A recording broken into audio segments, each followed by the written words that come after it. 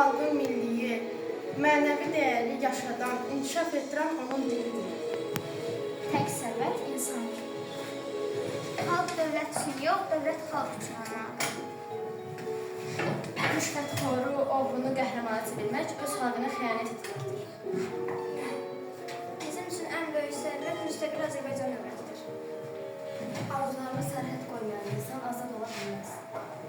Mən həmişə təxmin etmişəm ki, üçüncü sərhəddə düşən Azərbaycandır. Çünki hər gün söz yeri var, heç bir sürəli olmur. Ədalətsizliklə ədaləti bərpa etmək olmaz.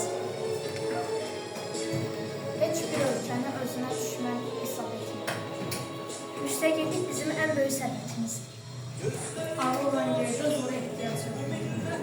Tarix həmişə hər şeyi öz yerinə qoyar. Biz bir millətik dövlətik. Azadlıq və istiqlaliyyət hər bir xalqın milli sərvətidir.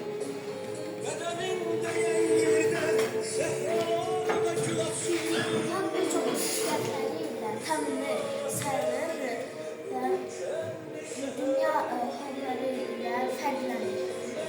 Bu xüsusiyyətlərdən ən yüksəyi mədəniyyətdir. Ağıl olan